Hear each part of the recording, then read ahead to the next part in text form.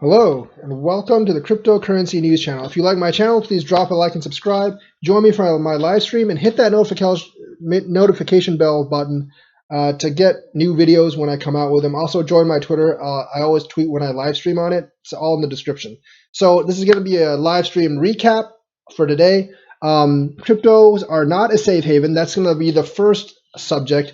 And there's been a lot of talk that cryptocurrencies are somehow actually a safe haven to actually port to some of your investments to once stock markets and bonds and stuff go down. But that's not completely true. Yes, it is kind of a diversification act because cryptos do act independently of some of the other markets. So having some of your money, maybe 10%, 15% in crypto is a smart idea to diversify against risk from other places. But saying it's a smart haven is just a wrong idea because crypto is extremely volatile.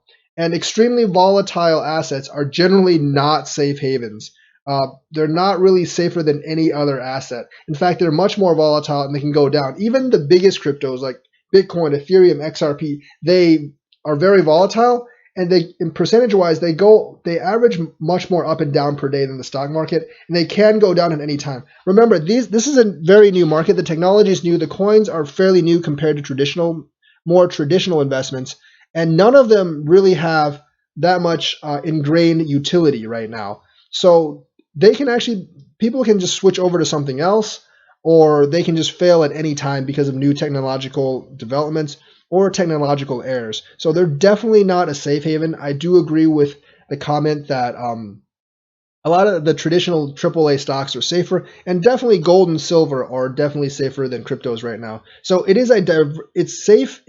It's good to own some as a diversification asset, but it's definitely not a safe haven where you should tuck your money in if you sold from the stock market or other things. So the next thing I want to talk about is that there was $1 billion moved in BTC by a whale, and it cost him only $700 to do it.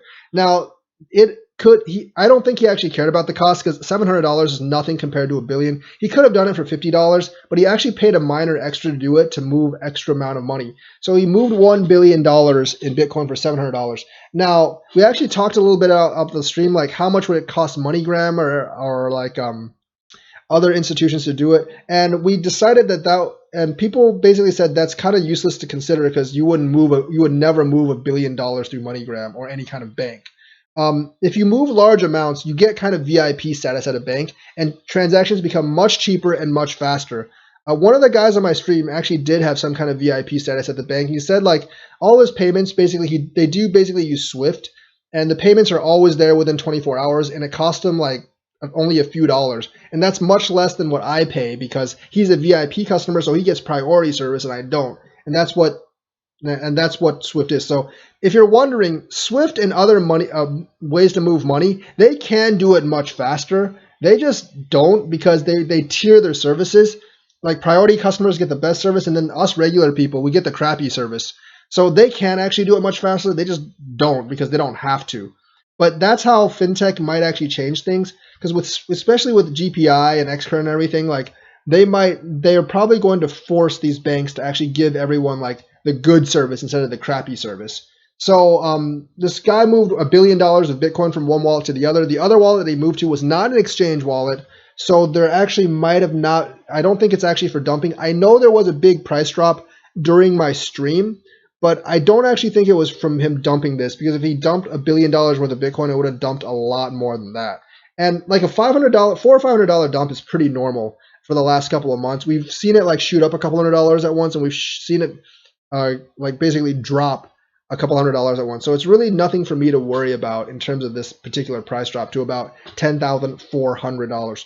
But someone did move about $1 billion worth of Bitcoin for $700 in network fees. But I don't think it's much to worry about. The third is that we did XRP chart analysis of the price on the stream, and we use Galvatron's charts because I think he publishes these every week, and they're really nice charts. This one's just the account openings. This one's actually the total amount, aggregate amount, but you want to look at like this bar graph down here, and that's the daily account. You can see that the daily count of account openings actually petered off after end of June. But that's really, the account openings really aren't that important. We want to look at the 20-day moving average of successful large XRP payments, And really the one that interests me the most is between $500 and $5,000 because I think that's where most remittances are actually going to come in. You can see that after around the 26th of July, they've actually petered off. And end of July was actually when MoneyGram announced that they actually had implemented XRapid, which that means a couple of things. One, like the volume from May to July was basically one or two big whales, maybe via Mercury FX that was moving a lot of payments, and they quit moving payments towards the end of July. Two, MoneyGram really hasn't, even now, has not implemented XRapid in any kind of like large capacity because they've had basically no effect on the amount of remittances actually done. As you can see, the bar is continuing to go down.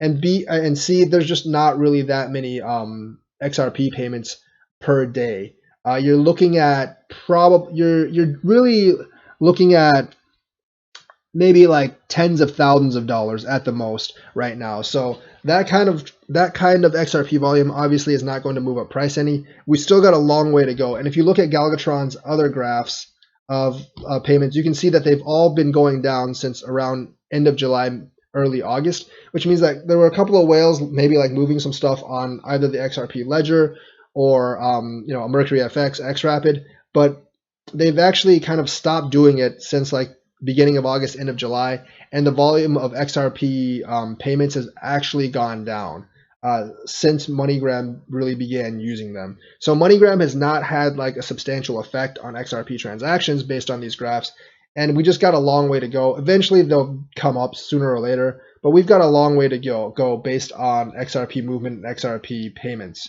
So that is the graph analysis. You can watch the video for the full graph analysis. But that's the news for today. I'll be on again at 9 or 10 p.m. Central Standard Time tonight. Join me then. Thank you and have a nice day.